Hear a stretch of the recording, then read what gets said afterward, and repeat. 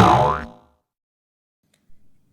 2004, Kurt Busiek and Stuart Immonen told a tale of a young boy named after one of the greatest fictional superheroes of all time, and how he developed abilities similar to said fictional hero.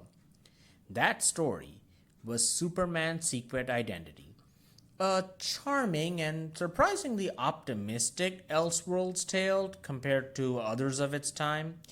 But in 2017, writer Kurt Busiek, this time paired with artist John Paul Leon, decided to attempt a similar story. But the hero in question would be the Dark Knight. This is Batman, Creature of the Night.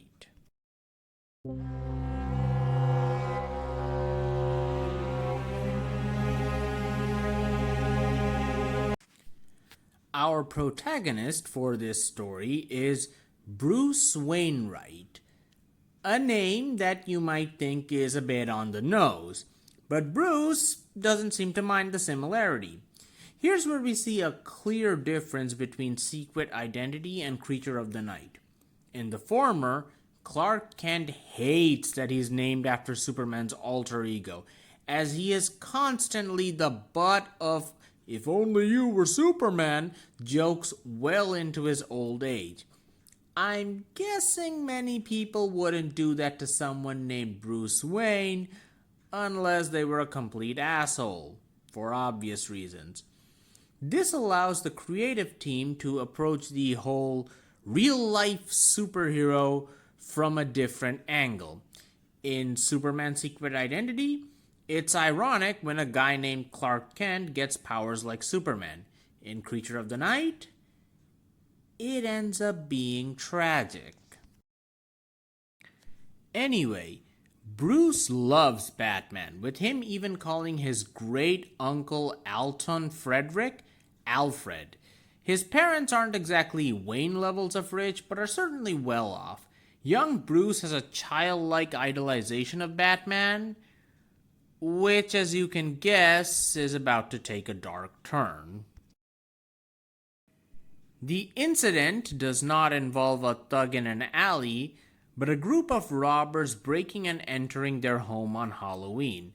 However, in the first of many departures from the source material, Bruce is also a victim of the robbers and is left fighting for his life in a hospital. Now, this is as good a time as any to answer a question that some of you might have had.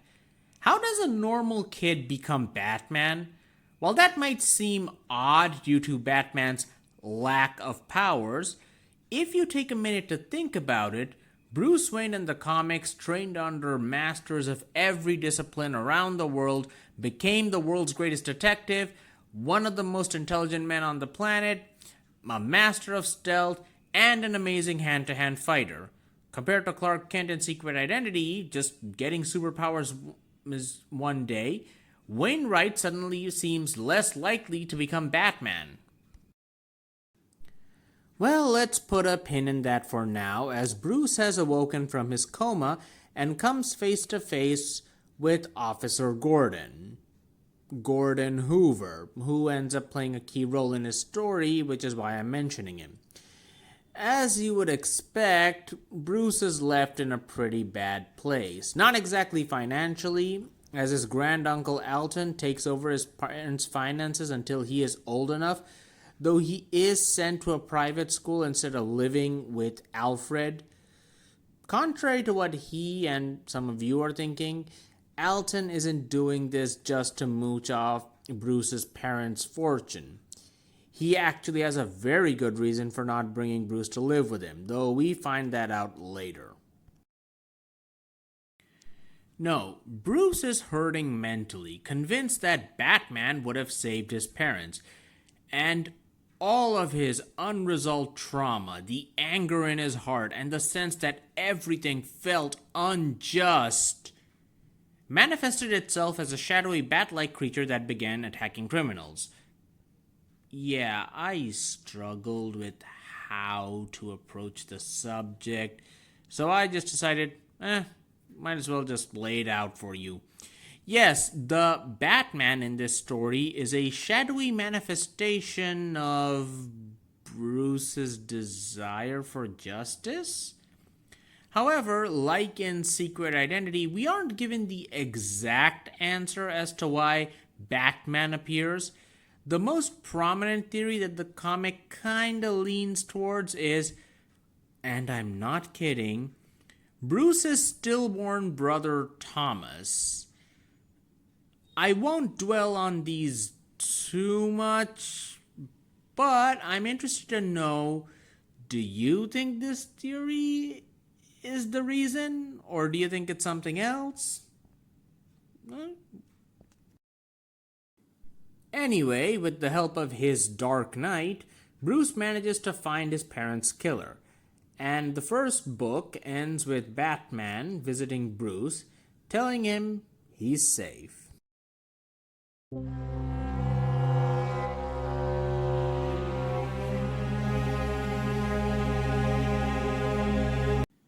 Bruce is now in college and is also heading up Wainwright Industries.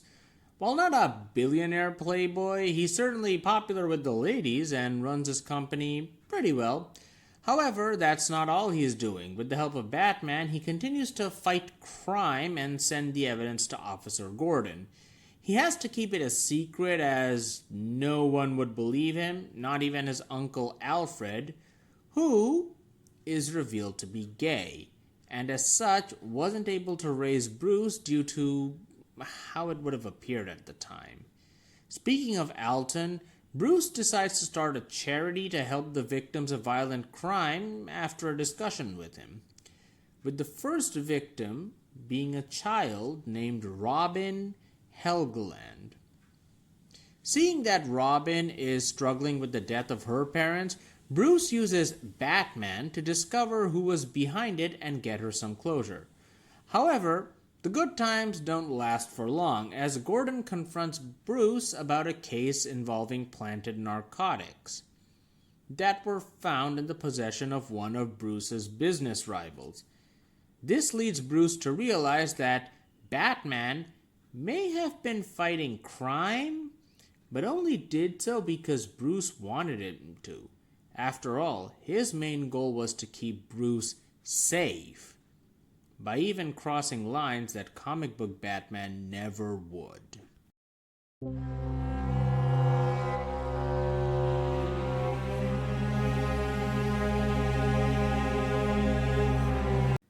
Life is certainly a lot more difficult for Bruce now. Batman still fights crime, but the police are hunting him. And because they aren't idiots, they realize that Bruce is somehow connected to him, though they don't exactly know how. All of his secrets are beginning to weigh Bruce down. He still, though, hasn't been able to tell anyone. He's tried to tell Alton and Robin, who also works at his company now, but he fails and ends up looking unhinged. He does tell Gordon indirectly, who eventually gives him a lead, and then they begin to work together to seem like they're going to start a Batman-Gordon partnership like in the comics. But this isn't like the comics. And this Gordon was on the take of a corrupt politician who just used Batman to take out his rivals. Bruce tried to fix things, but it was too late, and the politician ended up getting elected. This pushes Bruce to the brink, leading him to somehow merge with the shadow creature, though at least Alton and Robin see it this time.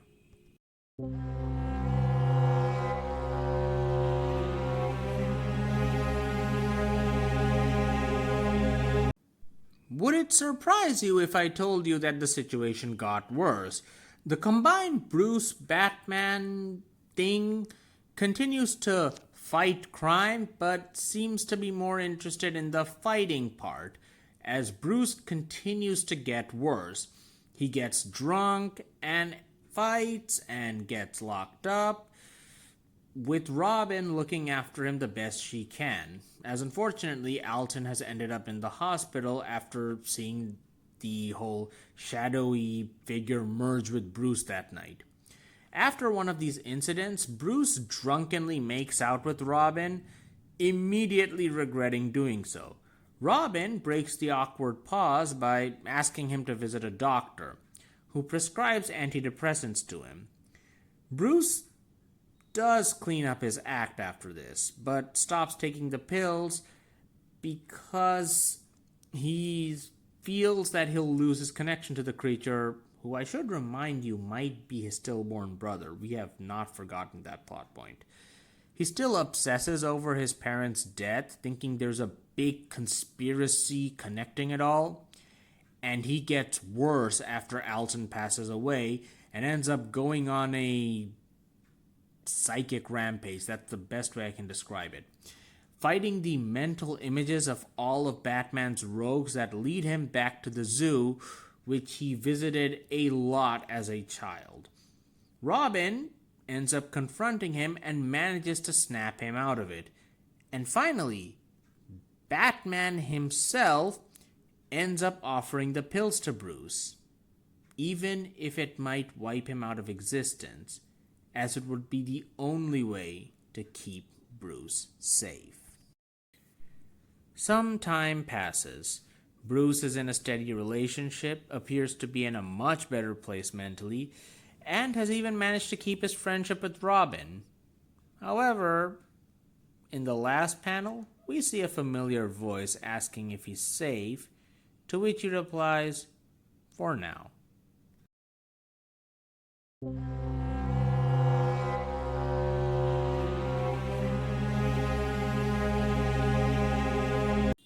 Going into this, I feared we would see Bruce reject Batman after his parents' death, only to come around in the end. But my fears were unfounded, as writer Kurt Busiek has Bruce rely on Batman as a support through his dark times and even later in his life.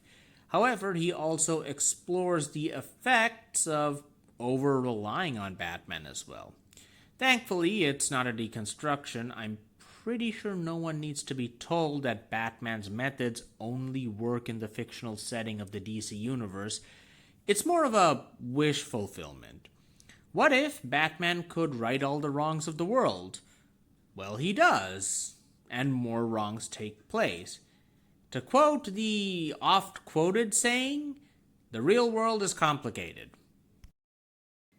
However, it isn't really about Batman. It's about Bruce and his trauma. After the incident, Bruce doesn't have a support system to help him. Most of the adults in his life are apathetic, and the one who wanted to take care of him couldn't do so due to social stigma. And that impacted his psyche, even as he learned to put on a facade of being okay. But the story isn't about him being okay by the end. Could one really be? It's more about accepting what happened and learning how to cope.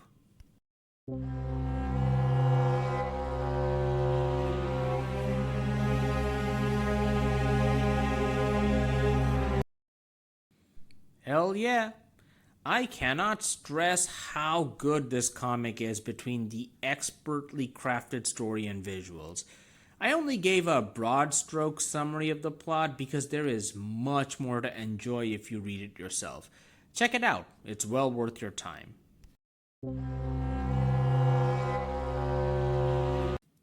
Hey, thanks for watching till this point. The reason I'm doing this extra segment, I have a post up on my community tab where you can vote for the video I'm gonna do this October. You've got 4 choices: Marvel 1985, Captain Victory and the Galactic Rangers, the Adam Glass Teen Titans, specifically the one that came after No Justice, and the Daredevil stories, The Devil in Cell Block D. I will be counting votes until the end of September. I have something planned for September, which is why it's happening in October. But hey, if you have the time, check it out, leave a vote. Maybe the story you like will be the one I do.